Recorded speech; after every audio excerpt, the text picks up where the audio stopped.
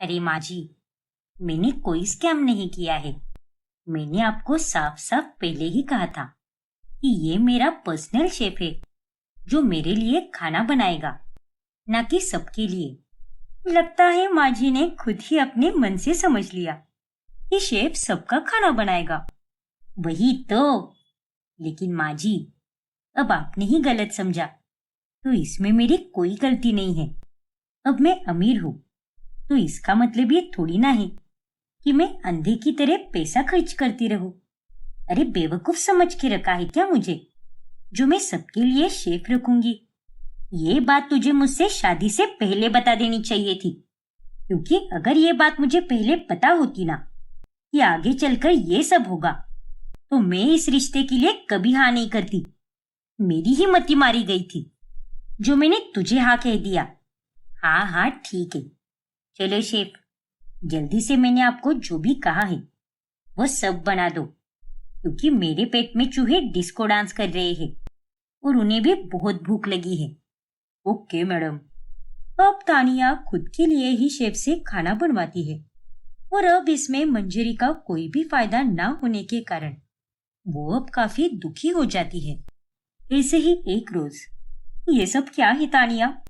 तुम्हारा यहाँ पर क्या नाटक चल रहा है? नाटक? कौन सा नाटक भाभी?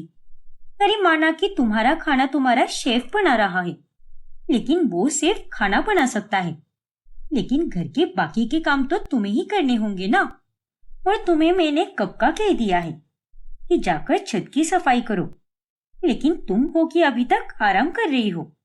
अरे भाभी, मैंने अपने मायके में कभी एक पानी का गिलास तक यहाँ से वहां उठाकर नहीं रखा, तो मैं यहाँ पर इतनी जल्दी सारे काम कैसे कर पाऊंगी? प्लीज मुझे थोड़ा वक्त दीजिए ना। नहीं तानिया, तुम्हें कोई वक्त शक नहीं मिलने वाला। अरे वो एक नमूनी रीतु है और यहाँ पर तुम हो। ना जाने ऐसी निर्लज्ज देवरानियां ही मेरे नसीब में क्यों लिखी है। देखो, तुम चाहे कितने भी बड़े घर के बेटे क्यों ना हो, लेकिन तुम्हारी शादी इस घर के बेटे से हुई है, इसीलिए एक बहू होने के नाते तुम्हें अपनी जिम्मेदारियां निभानी ही पड़ेगी। अब तानिया को ना चाहकर भी छत की सफाई करनी ही पड़ती है। अब गुजरते समय के साथ एक रसोई में 3 बहुओं का खाना बनाने के कारण सभी को काफी दिक्कतें आने लगती है। नहीं नहीं, मैं पहले आई हूँ यहाँ पर, इसलिए सबसे पहले पास्ता तो मैं ही बनाऊंगी, उसके बाद ही तुम बनाना। अरे नहीं मैडम, ऐसा नहीं हो सकता। आपसे पहले यहाँ पर मैं आया हूँ और मुझे तो अभी तानिया मैडम को गर्मा गर्म डिश बनाकर देनी है, और वो अगर मैंने नहीं किया तो तानिया मैडम मुझ पर बहुत चिल्लाएगी। अरे तुम दोनों की ऐसी की तैसी, दोनों भी निकलो इस रसोई के बाहर, क्योंकि ये मेरा समय है। हर रोज इस वक्त मैं यहाँ पर खाना बनाने आती हूँ। माफ कीजिए, लेकिन मुझे मेरी मैडम ने ऑर्डर दिया है। अब वो मैं तो कहीं बाहर जाकर तो नहीं बना सकता ना, यहाँ रसोई में ही बनाना होगा, इसीलिए प्लीज मुझे बनाने दीजिए। अरे ओ शेफ महाराज, ज्यादा मत बनो और जितना कह रही हो उतना ही करो। और तुम भी मेरी प्यारी ड्रामेबाज देवरानी, यहाँ से दफा हो जाओ। बड़ी आई दोनों खाना बनाने वाले। तभी वहां पर तानिया आती है। अरे भाभी, आपको किस बात की दिक्कत है? मेरा शेफ मेरे लिए कुछ बनाने आया है, तो चुपचाप इसे बनाने दीजिए ना। और हमारे घर में तो एक ही रसोई है, इसलिए थोड़ा बहुत तो सबको एडजस्ट करना ही पड़ेगा ना। और एक दिन अगर आपने रोज की टाइमिंग से थोड़ा लेट खाना बना भी दिया, तो कौन सी आफत आने वाली है? आने वाली है तानिया। अरे मैं तुम्हारे कारण अपना शेड्यूल क्यों खराब करूं? अरे भाभी, आप भी ना कभी कभी कुछ ज्यादा ही करती हो। और बना बनाकर ऐसा क्या ही बनाने वाली हो आप? जरा मेरे शेफ को देखो, रोजाना अलग अलग और फैंसी रेसिपीज बनाता है, ना कि आप दोनों के जैसा डाउन मार्केट वाला खाना बनाता है। ए लड़की, अपनी हद में रहकर बात कर। बढ़िया ही डाउन मार्केट का खाना बोलने वाली। अरे खाना खाना होता है, लेकिन अफसोस की बात है कि तुम जैसे बेवकूफ अमीर लोग खाने में भी अमीर और गरीब का फर्क करते रहते हैं। अरे आपकी तो बातें बहुत अच्छी होती है भाभी, लेकिन आपका स्वभाव उतना अच्छा नहीं है। अरे आप तो एक नंबर की दोगली औरत हो। क्या कहा तुमने? तुम्हारी इतनी हिम्मत? मुझे दोगली कहा तुमने? हाँ, अब जो है सो है। उतने में वहां पर मंजरी आ जाती है। अरे क्या हुआ है? क्यों इतनी चिल्लम चिल्ली हो रखी है? और एक रसोई में इतने सारे लोग क्या कर रहे हैं? ढोल मंजीरे बजा रहे हैं माँ जी। अरे दिख नहीं रहा क्या आपको कि यहाँ पर कितना कलेश हो रखा है? ये देखो, भाभी और ये तानिया का शेफ दोनों मेरे खाना बनाने के समय पर टपक जाते हैं यहाँ पर। फिर मुझे कुछ बनाने का मौका भी नहीं मिलता। अरे अब तो ये रोज का नाटक हो गया है। अरे ओ सोतड़ू, खुद पहले अपनी नींद से जाग जा, फिर बात कर हमसे। अरे जब रसोई खाली होती है तब तो तुम नींद में घोड़े बेच रही होती हो, और फिर जब मेरा रसोई में आने का समय होता है तभी तुम्हें भी उसी वक्त यहाँ पर आना होता है। और अब तो ये निठल्ला शेफ भी इसी समय आ जाता है। निठल्ला? हाँ हाँ निठल्ला, वही हो तुम। भाभी, मेरे शेफ से जरा तमीज से बात कीजिए। अरे पहले तुम जाकर खुद तमीज सीख कर आओ, फिर मुझसे बात करो। अरे चुप करो तुम सबके सब। आखिर एक रसोई में इतने सारे लोग खाना कैसे बना सकते हैं? नहीं नहीं, इस समय केवल तानिया का शेफ ही खाना बनाएगा, फिर उसके बाद तुम दोनों बनाना। मुझे तो ये पहले से पता था कि आपको अपनी अमीर बहू ही सबसे चहीती है। ऐसा कुछ भी नहीं है बहू। अरे चाहे कुछ भी हो जाए, मैं यहाँ से नहीं हटने वाली, और मैं अपना खाना तो बनाकर ही निकलूंगी। नहीं नहीं, मैं बनाऊंगी खाना, और इसीलिए आप दोनों को यहाँ से 9 2 11 होना पड़ेगा। अगर यहाँ पर कोई खाना बनाएगा तो वो सिर्फ मेरा शेफ ही बनाएगा, ना कि आप दोनों। ए भगवान, मेरी रसोई एक जंग का मैदान बन चुकी है। अब तो बस मुझे यही दिन देखना रह गया था। फिर मंजरी अपनी सहेली के पास चली जाती है और वो उसे अपना दुखड़ा सुनाती है। बाप रे, अरे तेरे साथ जो कुछ भी हुआ है ना, वो जानकर मुझे बहुत दुख हो रहा है मंजरी। वही तो बहन, मेरी तो एक भी बहू ढंग की नहीं निकली। पहली वाली आई तो उसने कभी मुझे सास का दर्जा नहीं दिया, हमेशा खुद की ही मनमानी करती रही। दूसरी वाली तो खाना बनाना जानती ही नहीं थी, और तीसरी वाली अपना शेफ लेकर आई है जो केवल उसी के लिए खाना बनाता है। अरे इतनी अमीर होकर भी कितनी कंजूस है वो। ऐसा नहीं कि अपने ससुराल वालों के लिए भी शेफ रख ले। अरे आजकल की इन बहुओं में तो दिल ही नहीं है, सबकी सब एकदम कठोर बन चुकी है। जाने दे, इस जन्म में ना सही, लेकिन अगले जन्म में तुझे अच्छी बहुएं जरूर मिलेगी। और अब तो मुझे बस इसी बात का डर है कि कहीं इन बहुओं के झगड़े के चलते इसी दिन मुझे ये घर छोड़कर जाना ना पड़ जाए, क्योंकि मुझसे तो ये सब नहीं झेला जाता। अब वो तीनों तो मेरी एक भी नहीं सुनती। फिर कुछ दिनों के बाद हेमंत अचानक से एक नौकरानी लेकर आता है। अरे हेमंत बेटा, ये कौन है? ये चमेली है माँ, हमारी नौकरानी। क्या? नमस्ते मैडम, मैं चमेली है। कैसी है आप? मैं तो एकदम झकास है। हाँ हाँ, मैं भी एकदम झकास हूँ। मेरा मतलब ठीक हूँ मैं। लेकिन हेमंत बेटा, तूने इसे यहाँ पर क्यों लाया है? अरे माँ, तानिया के शेफ के आने के बाद घर में तो कलेश और बढ़ता जा रहा है, और ये तीनों बहुएं आजकल रसोई में खाना कम और झगड़े ही ज्यादा कर रही है। इसीलिए इन सब का एक ही उपाय है, और वो है ये नौकरानी जो पूरे घर के लिए खाना बनाएगी। क्या? हाँ माँ, अब चमेली हम सबका खाना बनाएगी, जिसके चलते तीनों बहुओं को रसोई में काम करने की कोई जरूरत नहीं पड़ेगी। और अक्षत ने भी तानिया से बात कर रखी है कि वो शेफ को वापस भेज दे, और ये फैसला हम तीनों भाइयों ने मिलकर लिया है, ताकि घर में हर किसी की पसंद का खाना बनता रहे और घर में शांति भी बनी रहे। बहुत खूब बेटा, तुम तीनों ने काफी अच्छा फैसला लिया है, क्योंकि आज तूने अगर ये नहीं किया होता तो हमारे घर में तो तीसरा विश्व युद्ध होना तय था। हाँ माँ, जानता हूं मैं, और इसीलिए हम तीनों भाइयों ने ये फैसला लिया है। अब शेफ को निकाला जाता है और चमेली ही दिन रात रसोई में खाना बनाती है। देखो चमेली, आज ना पालक पनीर बना दो और साथ में दाल मखनी भी बना देना। अरे नहीं नहीं, दाल मखनी नहीं, आज तो छोले बनेंगे। चमेली, छोले ही बनाना और इस निकम्मी का कुछ भी मत सुनना। अरे माँ जी। और चमेली, मेरे लिए जल्दी से एक प्लेट डोसा बना दो। डोसे का आटा तो वैसे भी फ्रिज में ही पड़ा है, तो वो फट से बन भी जाएगा। और मेरे लिए बढ़िया से आलू पराठे बना दो। आज तो मुझे वो खाने का बड़ा मन कर रहा है। रोज रोज तो मैं ये डाइट वाला ही खाना खाती हूँ, लेकिन आज तो मेरा चीट डे है ना, तो मैं पराठे तो खा ही सकती हूँ। देवा रे देवा, इन लोगों में रहकर तो मैं दिन ब दिन पागल ही हो जाएगी। बचा ले रे ऊपर वाले। चमेली अब दिन भर नॉनस्टॉप खाना ही बनाती रहती है और उसे घर वाले 1 मिनट का भी आराम नहीं करने देते। चलो, अब तो ये पुलाव भी हो गईला है, इसीलिए मैं थोड़ा आराम करने जा रही है। फिर शाम में चाय के साथ दुनिया भर का नाश्ता बनाना पड़ेगा, क्योंकि आके तो सबके सब लोग एकदम भुक्कड़ है। अरे चमेली, कहाँ जा रही हो तुम? मुझे ना वो तरबूज का जूस पीना है।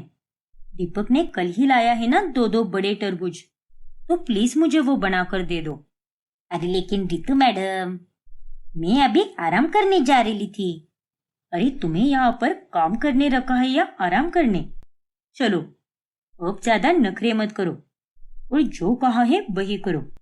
वैसे भी इतने दिनों से मुझे ठीक से खाना भी नहीं मिल रहा था, लेकिन अब तुम आ गई हो ना, तो मैं सब कुछ एकदम अच्छे से खा पी पाऊंगी।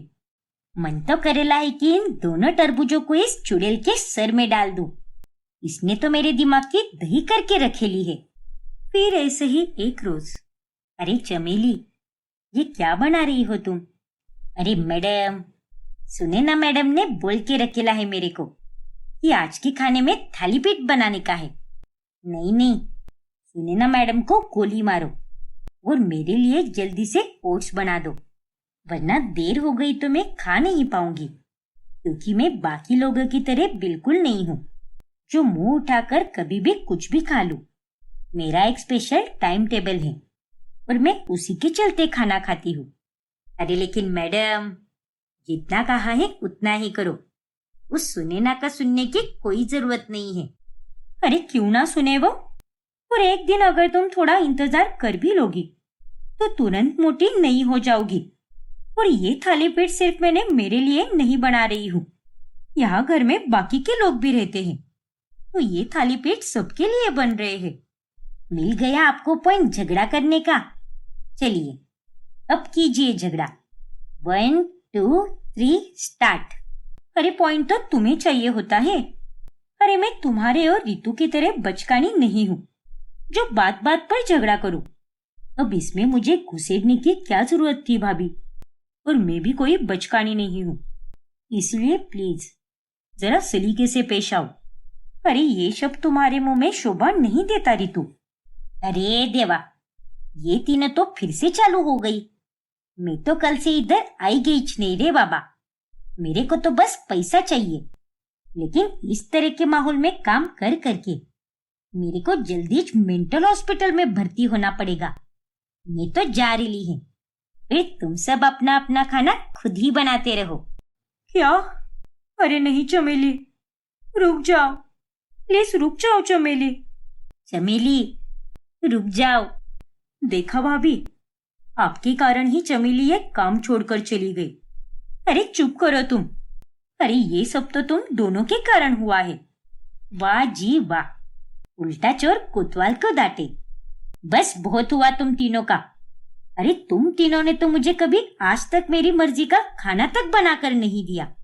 एक वो चमेली बनाकर देने वाली थी, लेकिन तुम तीनों के कलेश के कारण वो भी एक काम छोड़कर भाग गई। इसीलिए तुम तीनों भी निकलो यहाँ से। कोई जरूरत नहीं है मुझे तुम तीनों की। क्या? हाँ, आज तक तो मैं चुप थी, वो भी अपनी बेटों की खुशियों के लिए, लेकिन अब और नहीं, क्योंकि मैं तुम तीनों को और नहीं झेल सकती। मैं अपने तीनों बेटों की दूसरी शादी कराऊंगी और नई बहुएं लाऊंगी, लेकिन मुझे तुम तीनों की कोई जरूरत नहीं है। निकल जाओ यहाँ से। अरे नहीं माँ जी, ऐसा मत कीजिए। हाँ माँ जी, हम तीनों अपने पतियों के बिना कैसे जिएंगे? अगर तुम तीनों को यहाँ इज्जत से रहना है तो अपने अपने कामों का बंटवारा करना होगा, और तुम तीनों को भी खाना बनाना होगा, वो भी बारी बारी से। आज सुनैना, कल रितु, तो परसों तानिया।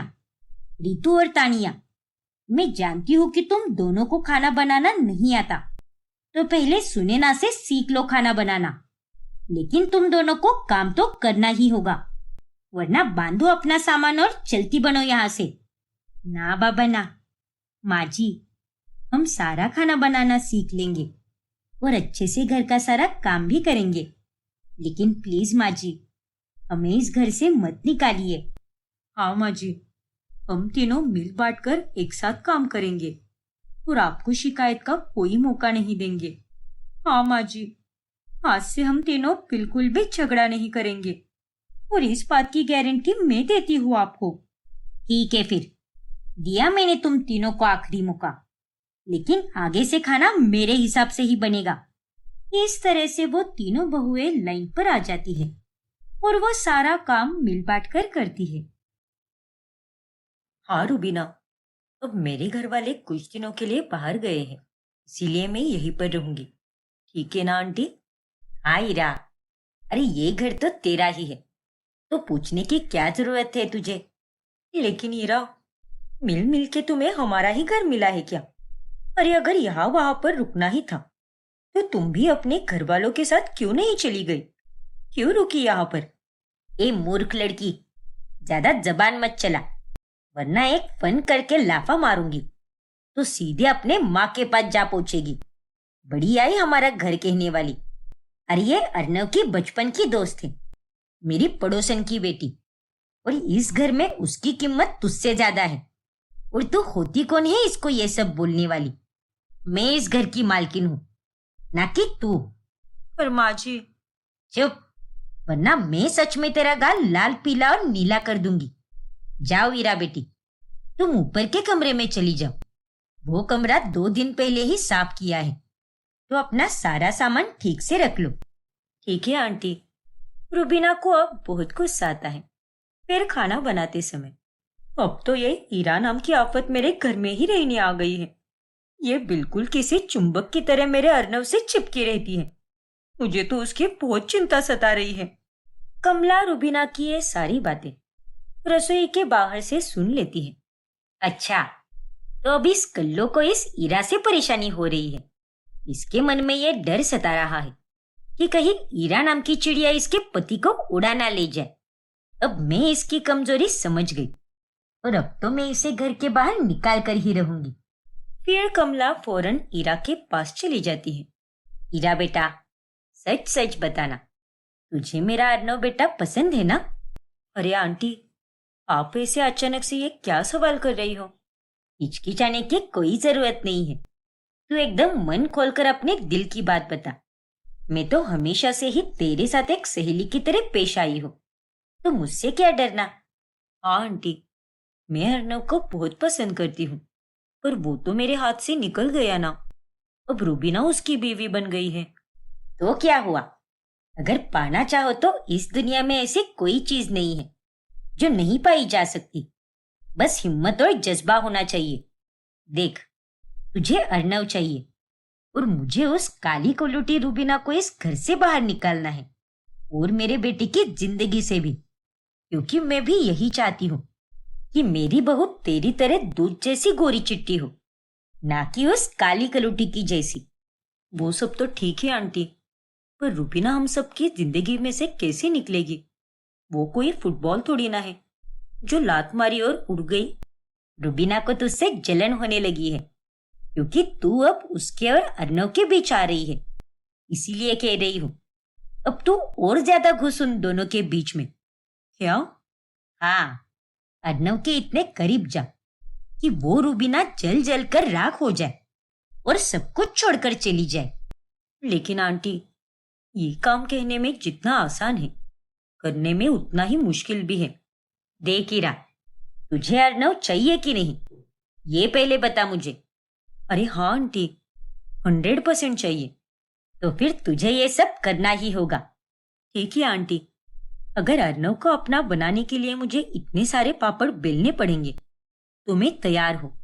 मैं उन दोनों को एक साथ एक पल भी चैन से बिताने नहीं दूंगी।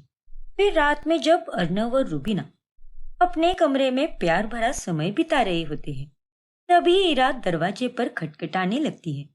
अर्नव, अर्नव मेरे दोस्त, जल्दी से दरवाजा खोलो, प्लीज जल्दी दरवाजा खोलो। ये तो ईरा की आवाज है। फिर अर्नव झट से दरवाजा खोलता है। क्या हुआ ईरा, तुम इतना क्यों चिल्ला रही थी? सब ठीक तो है ना? हाँ यार, वो तो मैं बस ऐवी ही मस्ती कर रही थी। पर ये तुम कैसी मस्ती करती रहती हो ईरा? एक ना एक दिन तुम्हारी ये फालतू की मस्ती हम पर भारी ना पड़ जाए। ओफो, एक चिलपिल रूबीना। वैसे अर्नव, चलो ना, मुझे लॉन्ग ड्राइव पर जाना है। मौसम कितना ठंडा हो रखा है। हम बाइक पर जाकर मस्त घूमेंगे फिरेंगे और रास्ते में वो कुल्हड़ वाली चाय पियेंगे। बहुत मजा आएगा। चलो ना डियर। लेकिन ईरा, मैं बहुत थक चुका हूँ और मैं तो अब सोने ही जा रहा था कि उतने में तुम आ गई। झूठ मत बोलो अर्नव, तुम्हारे चेहरे से तो लग भी नहीं रहा कि तुम थके हारे हो। चलो, अब किसी लड़की की तरह नखरे मत दिखाओ, क्योंकि नखरे दिखाने का लाइसेंस तो केवल लड़कियों के पास ही होता है, लड़कों के पास नहीं। जल्दी आना, मैं नीचे गेट के पास तुम्हारा इंतजार कर रही हूँ। पर ईरा, ईरा, ईरा नीचे चली जाती है। ये क्या बचपना है अर्नव, तुम्ही ने इसे सर पर चढ़ा के रखा है। अब क्या करूं यार, बचपन की दोस्त है वो मेरी, इसीलिए हर वक्त दिमाग खाती रहती है। अरे तुमने ही कहा था ना कि तुम्हारा मेरे सिवाय और कोई दोस्त नहीं है, और यहाँ पर आकर मुझे पता चल रहा है कि ये मोहतरमा तुम्हारी बचपन की सहेली है। इसका मतलब वो सब तुमने मुझसे झूठ कहा था। नहीं रूबीना, वो सब मैंने झूठ नहीं सच ही कहा था, क्योंकि मैं तो बस उस इलाके की बात कर रहा था और उस इलाके में तुम्हारे सिवाय और मेरा कोई दोस्त नहीं था। लेकिन यहाँ पर तो इस ईरा के जैसे मेरे कई सारे दोस्त थे। अच्छा वो सब छोड़ो, मैं अब चला जाता हूँ, वरना वो रात भर मुझे सोने नहीं देगी। लेकिन तुम चिंता मत करो, आधे घंटे में वापस आ जाऊंगा मैं। बाय। पर अर्नव, फिर अर्नव वहां से चला जाता है और रूबीना बहुत उदास हो जाती है। ये अर्नव भी कुछ कम नहीं है, सीधे सीधे मना कर देना चाहिए था उसे, लेकिन नहीं, इसे भी जाना था, इसीलिए ये चला गया। और अब ये ईरा ऐसे ही हम दोनों के बीच में कबाब में हड्डी बनकर आती रहेगी। तभी वहां पर कमला आती है। अरे ये तो होना ही था। माँ जी आप? हाँ, मैं तो इस कमरे से गुजर रही थी, तभी तेरी आवाज सुनी। अच्छा, बैठी है ना? अरे मैं यहाँ पर बैठने नहीं, तुझे आगाह करने आई हूँ। बचपन के दोस्तों के बीच मत आ। आखिर में तू एक निहायती बदसूरत लड़की ठहरी। वह तुझे ये लगता है कि अर्नव तुझसे प्यार करता है, लेकिन वो सिर्फ 2 दिन का लगाव है, और वो जितना ईरा से जुड़ा हुआ है वो उतना कभी किसी लड़की से नहीं जुड़ा। अरे उसे तो ईरा जैसी ही सुंदर लड़की पसंद है। अरे अब तो वो बस तुझे ईरा के होते हुए समय नहीं दे रहा, लेकिन आगे देखना, कुछ दिनों के बाद तो वो तुझे छोड़ भी देगा। क्या? इतना कहकर कमला वहां से चली जाती है और इस बारे में सोचकर रूबीना के पसीने छूटने लगते हैं। क्या सच में ऐसा ही होगा? नहीं नहीं, माँ जी की बात सच नहीं हो सकती। अर्नव सिर्फ मेरा है और वो मुझसे ही प्यार करता है। अब ईरा हर वक्त अर्नव के करीब आने की कोशिश करती है। ऐसे ही एक दिन जब वो तीनों बाहर जा रहे होते हैं, तभी ईरा फ्रंट सीट पर अर्नव के पास बैठती है, जिस वजह से रूबीना को पीछे बैठना पड़ता है। अर्नव, इधर देखो मेरे फोन के कैमरा में, मैं हम दोनों की सेल्फी खींच रही हूँ। ओफो ईरा, तुम तो गाड़ी में बैठते ही शुरू हो गई। इस अर्नव ने तो मुझसे एक बार भी नहीं पूछा कि तुम आगे बैठना चाहती हो क्या, और इस बेवकूफ ईरा को आगे बैठने दिया। आज रात को तो मैं इसकी अच्छे से खबर लूंगी। फिर रात में, अरे बाबा, तुम जैसा सोच रही हो वैसा कुछ भी नहीं है। ईरा बस मुझे अच्छा दोस्त मानती है और इसीलिए वो मेरे साथ इतना बेबाक होकर पेश आती है। नहीं अर्नव, जो मैं समझ पा रही हूँ वो तुम नहीं समझ पा रहे। पहले की बात अलग थी, क्योंकि पहले तुम शादीशुदा नहीं थे, लेकिन अब तो हो ना। अब मैं आ चुकी हूँ तुम्हारी जिंदगी में, तुम्हारी बीवी, और उसके बाद भी उस नालायक लड़की को थोड़ी सी भी शर्म नहीं है। जब देखो तब मक्खी की तरह भिनभिनाती रहती है तुम्हारे इर्द गिर्द, और मुझे ये सब बिल्कुल नहीं पसंद अर्नव। इसीलिए मैं तुम्हें साफ साफ कह रही हूँ कि उस लड़की से दूर रहो।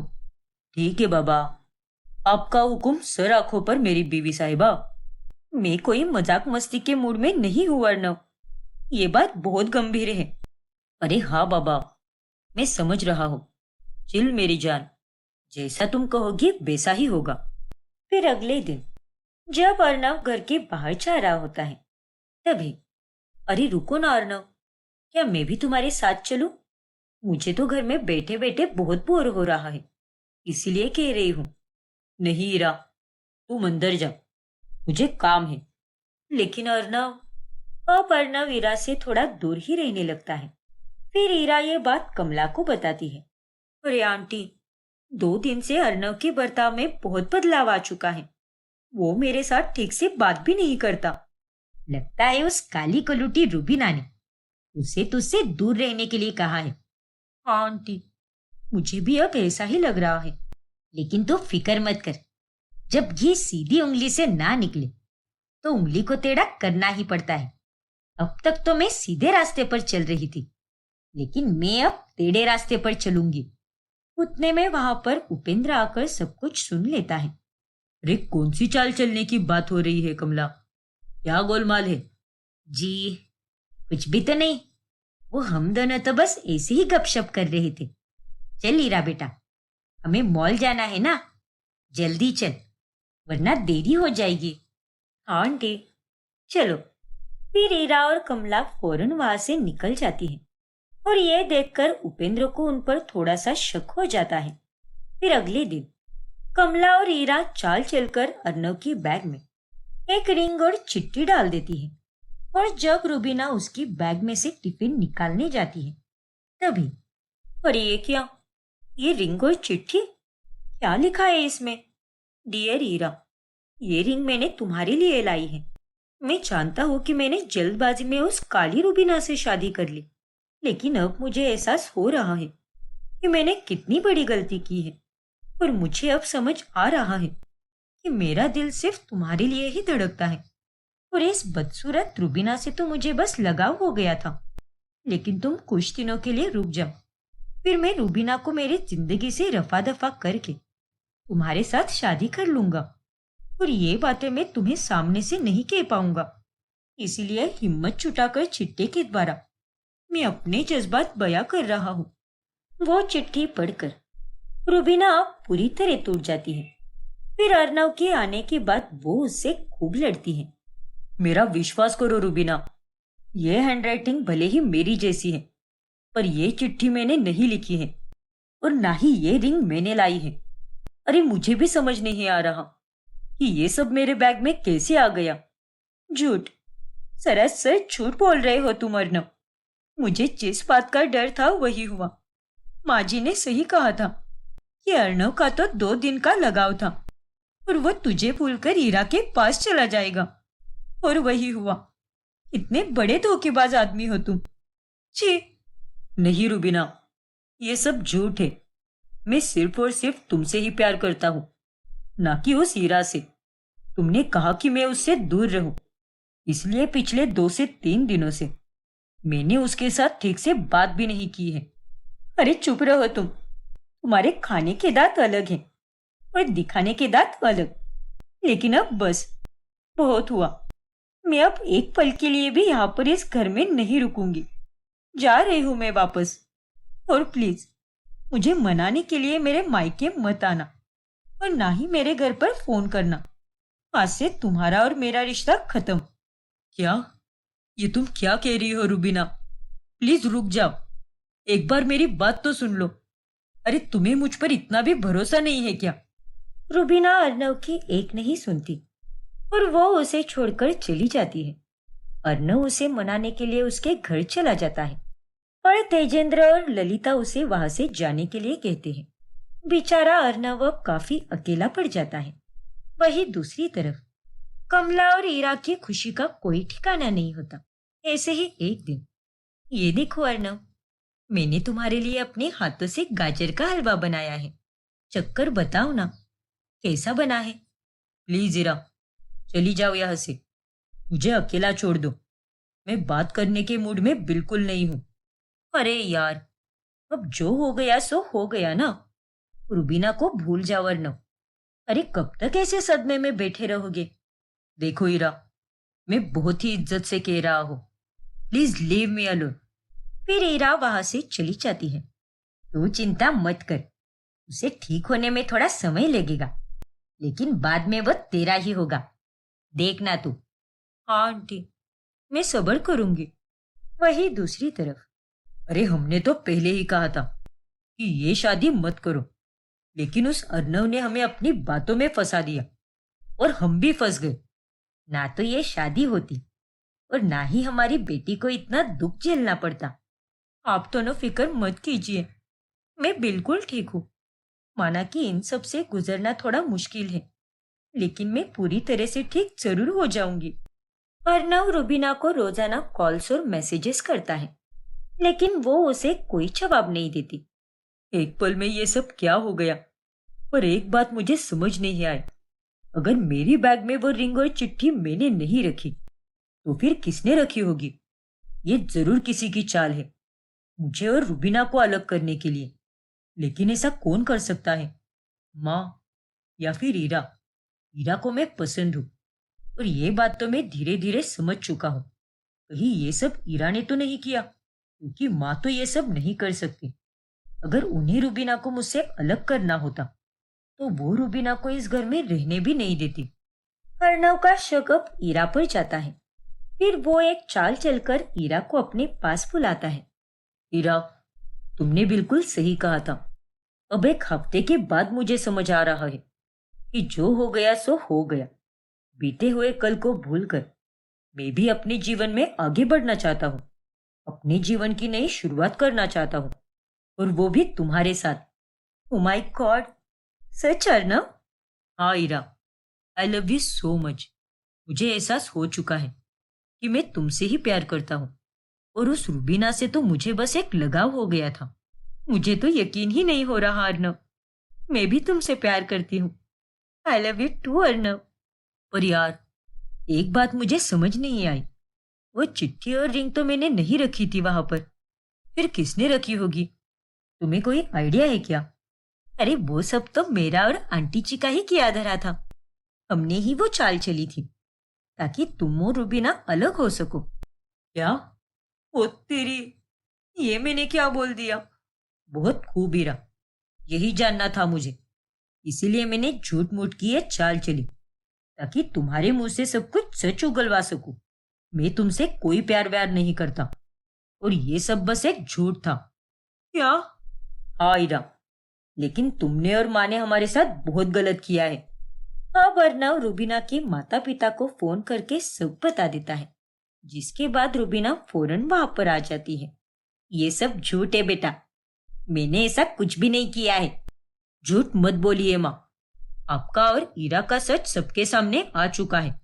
देखो रुबीना, ईरा ने खुद कबूल किया है। मुझे बिल्कुल नहीं लगा था कि आप दोनों इतनी गिरी हुई हरकत करोगी। माफ कर दो अर्नव, मैंने तुम पर बिल्कुल भरोसा नहीं किया और तुम्हें गलत समझा। कोई बात नहीं रुबीना, लेकिन अब हम यहाँ पर नहीं रहेंगे। आज से अब मेरी कोई माँ नहीं। जा रहा हूं मैं यहाँ से। सोचा था कि आप समय के साथ सुधर जाओगी और हमारे रिश्ते को स्वीकार करोगी, लेकिन नहीं, आप कभी नहीं सुधर सकती। नहीं बेटा, ऐसा मत कर, ये घर छोड़कर मत जा, रुक जा बेटा। लेकिन अर्नव नहीं रुकता और वो रुबीना के साथ अलग से रहने लगता है।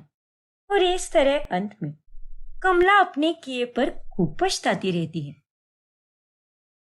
बहू, आवाज ऊंची करके बात मत कर। तेरी नौकरी के कारण बहुत दिक्कतें आ रही है, इसलिए तू एक काम कर, अपनी नौकरी ही छोड़ दे, ताकि तू घर के कामों पर ठीक से ध्यान दे पाए। क्या? हाँ बहू, अरे अर्नव तो कमाता ही है ना, तो उसके बाद भी तुझे कमाने की क्या जरूरत है? ये आप क्या कह रही हो माँ जी? अरे आपका दिमाग खराब हो गया है क्या? आप जानती भी है मैं आपके बेटे से ज्यादा पैसे कमाती हूँ और मैं अपना काम बिल्कुल नहीं छोड़ने वाली, क्योंकि काम करना मेरी पसंद है, जरूरत नहीं। और इस काम से मुझे ढेर सारे पैसे मिलते हैं, जिसके कारण मैं अपनी जिंदगी में अच्छे से रह पाती हूँ। अरे बेवकूफ लड़की, एक काम वाली बाई बुलाकर मैं उसके ऊपर इतने सारे पैसे जाया क्यों करूं? घर में कितने सारे लोग हैं, सभी मिलकर साफ सफाई कर सकते हैं ना, उतनी ही पैसों की भी बचत होगी। अरे इतनी बचत करके करना क्या है आपको? मैं कमा रही हूँ, अर्नव कमा रहा है, पापा जी की भी पेंशन आ रही है। और कितना पैसा चाहिए आपको माँ जी? आपका कोई ताजमहल बनने का इरादा है क्या? और अगर आपको काम करने की इतनी ही पड़ी है तो अपनी बेटी से ही काम करवा लो ना। आप और आपकी बेटी को क्या काम होता है? दोनों माँ बेटी मिलकर मस्त मजे से सफाई करो। क्या? फिर मिश्का वहां से मुंह फुलाकर चली जाती है और उसका ये रूप देखकर उज्ज्वला एकदम हैरान रह जाती है। ऐसे ही एक दिन जब मिश्का का वर्क फ्रॉम होम होता है तभी, अरे हाँ रोली बेटा, वो वाला कपड़ा दे, उसी से पोंछना है ये टेबल। अरे माँ जल्दी कीजिए ना, हमें दूसरे कमरे की भी सफाई आज ही निपटानी है। अरे भाई मैं कब से कह रहा हूँ, मुझे बहुत भूख लगी है, पहले मुझे कुछ खाने को दो। हे भगवान, ये मेरे ससुराल वाले नहीं बल्कि जानी दुश्मन है। एक तो ऑफिस में कंस्ट्रक्शन चल रहा है, इसीलिए मुझे ना चाहकर भी वर्क फ्रॉम होम करना पड़ रहा है, और ऊपर से ये इन लोगों की नौटंकी। अभी बताती हूँ इन सबको। फिर मिश्का गुस्से में बाहर आकर सबको खूब सुनाने लगती है। अरे ये सब आपका क्या चल रहा है? आपको पता है कि मैं घर पर ही हूँ, लेकिन इसका मतलब ये नहीं है कि मेरा काम बंद पड़ा हुआ है। 2 दिन में वर्क फ्रॉम होम कर रही हूँ, लेकिन आप लोगों को तो इसकी कुछ पड़ी ही नहीं है। घर को तो मच्छी मार्केट बना के रख दिया है। बहू, ये क्या तरीका है बात करने का? अरे क्या गलत कहा मैंने? और आप लोग भी तरीके से पेश आओ ना। लेकिन नहीं, इस घर में सबके सब बेवकूफ है, सबकी अकल घास चढ़ने गई है। बहू तेरी इतनी मजाल। हाँ माँ जी, अब मेरे मुंह मत लगो, और साफ सफाई करनी है तो शांति से करो, वरना करो ही मत। दिमाग की दही करके रखा है आपने। दिन ब दिन मिश्का की बढ़ती बदतमीजी को देखकर सभी घर वालों को बहुत गुस्सा आने लगता है। फिर एक रोज रोली मिश्का के पास आती है। अरे बाप रे, भाभी तो सो रही है। एक काम करती हूँ, भाभी का फोन लेकर जाती हूँ। अब उनसे पूछने के लिए उन्हें उठाना सही नहीं होगा। भाभी का फोन तो 2 लाख रुपए का है ना, तो इसकी कैमरा क्वालिटी एकदम अच्छी ही होगी, इसीलिए इसमें वीडियो शूट करने का मजा तो कुछ और ही होगा। फिर रोली मिश्का से बिना पूछे ही उसका फोन लेकर छत पर चली जाती है और अपनी वीडियो शूट करने लगती है। लेकिन उतने में अचानक से धक्का लगने के कारण रोली के हाथ से फोन छूट जाता है और वो सीधे नीचे गिरकर टूट जाता है। और जब मिश्का को इस बात का पता चलता है तब वो बहुत गुस्सा होती है। हे भगवान, ये तुमने क्या कर दिया रोली? तुमने मेरा फोन तोड़ दिया। अरे पता भी है क्या, ये फोन पूरे 2 लाख रुपए का था। कभी देखे भी है क्या 2 लाख रुपए? बेवकूफ कहीं की। सॉरी भाभी, मैं तो आपके फोन को बहुत ध्यान से ही इस्तेमाल कर रही थी, लेकिन पता नहीं कैसे धक्का लगा और फोन मेरे हाथ से नीचे गिर गया। अरे तुम्हारे एक सॉरी से क्या हो जाएगा? मेरा 2 लाख रुपए का नुकसान हुआ है, उसका क्या भरकर दोगे क्या तुम? ये उतनी हैसियत तुम्हारी? बताओ ना। अरे जब किसी की औकात नहीं होती ना, तो इतने महंगे फोन को हाथ भी नहीं लगाना चाहिए, उससे दूर ही रहना चाहिए। नालायक कहीं की, फोन तोड़ दिया तुमने मेरा। अरे बहू, रोली सॉरी तो कह रही है ना, फिर भी तू उसे इतना बुरा भला क्यों बोल रही है? जो भी हुआ वो एक हादसा था। उसने जानबूझकर थोड़ी ना गिराया है तेरा फोन। अगर उसकी जगह ये कांड तुझसे हो जाता तो तब क्या करती तू? वही तो, जब देखो तब हमारी औकात निकालती रहती है। एक बहू होने के नाते तुम्हें ये सब शोभा नहीं देता। वाह, क्या बात है! आप लोग तो अपनी बेटी को डांटने और फटकारने की जगह उल्टा मुझे ही सुना रहे हैं। अरे उसने कोई कांच का ग्लास या मिट्टी का घड़ा नहीं तोड़ा है, पूरे 2 लाख रुपए का फोन तोड़ा है उसने। और उस फोन को मैंने अपनी मेहनत के पैसों से खरीदा था, किसी ने मुझे फोकट में दिलाया नहीं था। मैं जो भी करती हूँ अपने दम पर करती हूँ। हाँ तो कर ना। और ये कोई तेरा आज का नहीं है। आजकल आए दिन तू बस हम तीनों को कुछ ना कुछ बोलती ही रहती है। और हम भी कोई पागल नहीं है जो तेरा हर बार सुन के ले। माना कि रोली से गलती हुई है तो उसने माफी भी मांगी, तो बात यहीं पर खत्म होती है। अरे ऐसे कैसे बात खत्म? इसे भी डांटी है ना। अरे इसकी सबसे पहली गलती तो ये है कि इसने फोन लेने से पहले मुझसे पूछा भी नहीं। आप सबको तो बस मेरी बदतमीजियां ही दिख रही है, लेकिन अपनी बेटी की बेवकूफियां नहीं दिख रही। वो भी देखिए ना। हाँ मम्मी, मिष्का सही कह रही है। अरे एक फोन में ना जाने कितनी सारी चीजें रहती है, और रोली को भी समझना चाहिए था ना। उसे फोन लेने से पहले उसे पूछना चाहिए था। अर्नव, तू इसकी तरफदारी क्यों कर रहा है? क्योंकि मिष्का सही है पापा, और रोली यहाँ पर गलत है। अरे एक फोन का ही तो नुकसान किया है ना, थोड़ी ना किसी का खून कर दिया है। इतना क्या नाटक है तेरा बहू? और अर्नव तू, ये लड़की हमारे पिछले कई दिनों से बेइज्जती करे जा रही है और तू इसी का साथ दे रहा है। लेकिन मम्मी, बात आपकी है और यहाँ पर गलत। बस बहुत हो गया अर्नव। आज पता चल गया कि बेटा बीवी के आने के बाद अपने माँ बाप को भूल ही जाता है। अब तू कुछ मत बोल, क्योंकि अब हम तीनों इस घर में बिल्कुल नहीं रहेंगे। हाँ उज्ज्वला, रोली तुम और मैं अब गांव जाकर ही रहेंगे। ये रोज रोज के तमाशे हम नहीं झेल सकते। तुझे तेरी बीवी सही लगती है ना, तो इसी के साथ रह, लेकिन हम नहीं रह सकते। क्या? चल रोली, अपना सामान बांध। अरे जाओ जाओ, तुम लोग तो गांव में ही रहने के लायक हो। रुकिए मम्मी पापा। फिर गुस्से में आकर वो तीनों अपना सामान बांधकर चले जाते हैं और अर्नव कुछ भी नहीं कर पाता। और अब घर पर मिष्का और अर्नव ही रह जाते हैं। फिर जब मिष्का अपने मायके वालों को इन सब के बारे में बताती है, तभी अरे मिष्का बेटा, ये तूने क्या कर दिया? अरे तमीज से बात करके भी तो झगड़ों को सुलझाया जा सकता था ना, लेकिन एक फोन के लिए तूने तो अपने रिश्तों को ही तोड़ दिया। एक बेटे को अपने परिवार से अलग करवा दिया तूने। देखिए पापा, मैंने अर्नव को उसके परिवार से अलग नहीं किया है। वो कोई दूध पीता हुआ बच्चा नहीं है। आप लोगों में तो नहीं है, लेकिन उसमें उतनी समझ है। वो जानता है कि कौन सही है और कौन गलत। इसीलिए उसने मेरे लिए आवाज उठाई। और बस एक फोन की बात नहीं है पापा, पूरे 2 लाख रुपए की बात है। मुझे जिस बात का डर था वही हुआ। ये लड़की कहीं भी टिकने के लायक है ही नहीं। जहां भी जाती है कलेश कर देती है। मैंने तुझसे कहा था ना जूही, इसका घमंड और गुस्सा कभी नहीं टूटेगा। अरे दी, 2 लाख रुपए तो आप फिर से कमा भी लोगी, लेकिन उन रिश्तों का क्या जो आपने खो दिए? वो आप फिर से कैसे जोड़ पाओगी? अरे मुझे जोड़ना होगा तब ना। अच्छा हुआ बोला टल गई।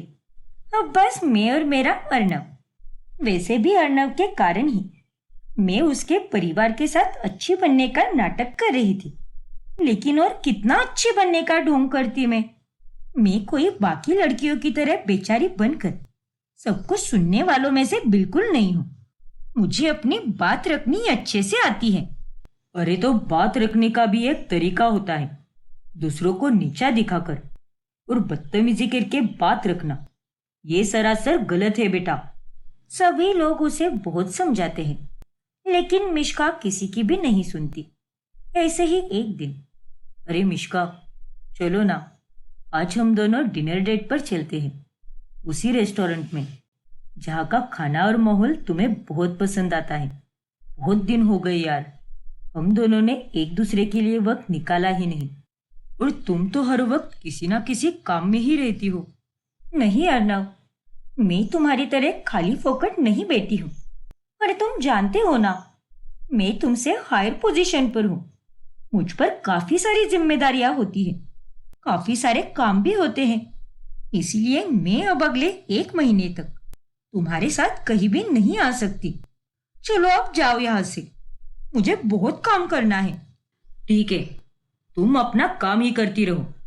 अरे मेरे बारे में कुछ पड़ी है क्या तुम्हें? हाँ हाँ, नहीं पड़ी। जाओ, गुस्सा होना है तो हो जाओ, मैं कोई तुम्हें मनाती नहीं बैठने वाली। अरे इतना समय भी नहीं है मेरे पास। इस तरह से अब मिश्का अर्नव को भी वक्त नहीं देती और बस ऑफिस के कामों में ही उलझी रहती है। वो ना तो उसे ठीक से खाना देती है और ना ही घर की साफ सफाई करती है, और उन दोनों में रोज के झगड़े होने लगते हैं। वहीं दूसरी तरफ गांव में ना जाने वो बेवकूफ लड़की मेरे बेटे का ठीक से ख्याल रखती होगी भी या नहीं। मुझे तो हर पल अपने बेटे की चिंता सताती रहती है। नाम मत लो उसका उज्ज्वला। अरे क्यों चिंता करनी है उसकी? उसने अपनी बीवी का पक्ष लिया। अरे उसने एक पल के लिए भी अपने बहन या माता पिता के बारे में सोचा तक नहीं। इसीलिए तुम अपनी ममता को मार दो और भूल जाओ कि हमारा कोई बेटा भी है। फिर एक रोज, सच में परिवार के होने से घर में कितनी रौनक होती है। तुम तो घर में रुकती ही कहाँ हो? पता नहीं वहां गांव में माँ पापा और रोली कैसे रह रहे होंगे। अरे उन्होंने तो मेरा फोन भी नहीं उठाया, सीधा कट कर दिया। अरे तुम क्या पागल हो गए हो क्या? क्यों बार बार उन लोगों के बारे में बात करते रहते हो? अगर उन लोगों को तुम्हारी थोड़ी सी भी फिक्र होती तो वो यहाँ पर रुक जाते, लेकिन वो तीनों के तीनों बेअकल हैं। बस करो मिश्का। अरे तुम्हें हो क्या गया है? शादी के पहले तो तुम ऐसी बिल्कुल नहीं थी। हाँ अर्नव, मैंने अपने आप को बदलने की पूरी कोशिश की। हर बार गुस्सा छोड़कर सबके साथ प्यार से रही, लेकिन मेरा सब्र का बांध टूट ही गया। अरे तुम्हारे परिवार वालों को तो मेरे काम और पैसों की कुछ भी नहीं पड़ी है। वो लोग तो बस मेरे नाक में दम करने का ही काम करते हैं। तो मैं और क्या करती भला? मैं समझ सकता हूँ मिश्का, इसीलिए मैंने रोली की जगह तुम्हारा साथ दिया। लेकिन उसके बाद भी तुम मुझे वक्त नहीं देती हो, अपनी ही दुनिया में रहती हो। अरे ऐसे कैसे चलेगा? अरे तो फिर मैं क्या दिन रात तुम्हारी सेवा करती बैठूं क्या? ऐसे नहीं हो पाएगा। मुझे 100 काम होते हैं। तुम्हें क्या है? तुम तो अपने करियर में जिस मुकाम पर हो वहां पर बहुत खुश हो, लेकिन मुझे तुम्हारी तरह नहीं रहना है। मुझे आगे बढ़ना है। क्या? मैं तो तुमसे ठीक से बात कर रहा हूँ, लेकिन अब तुम ही देखो कैसे बात कर रही हो मुझसे। ठीक है, तुम्हें आगे बढ़ना है ना, बढ़ो, लेकिन मैं अब तुम्हारे साथ और नहीं रह सकता। बस बहुत हुआ। तुम खुद को बहुत बड़ी समझती हो ना, समझती रहो। इतना कहकर अर्नव मिश्का को छोड़कर वहां से चला जाता है, और मिश्का को लगता है कि वो 2 से 3 दिन बाद गुस्सा शांत होने पर वापस घर पर लौट आएगा, लेकिन वो उसका फोन भी नहीं उठाता। और ऐसे ही 1 हफ्ता बीत जाने पर वो बहुत घबरा जाती है। क्या? आज ही माँ पापा, अर्नव भी मुझे छोड़कर चला गया। अब मैं क्या करूंगी? मैं उससे बहुत प्यार करती हूँ। वापस उसे मेरे पास लेकर आओ ना। जिस बात का डर था वही हुआ।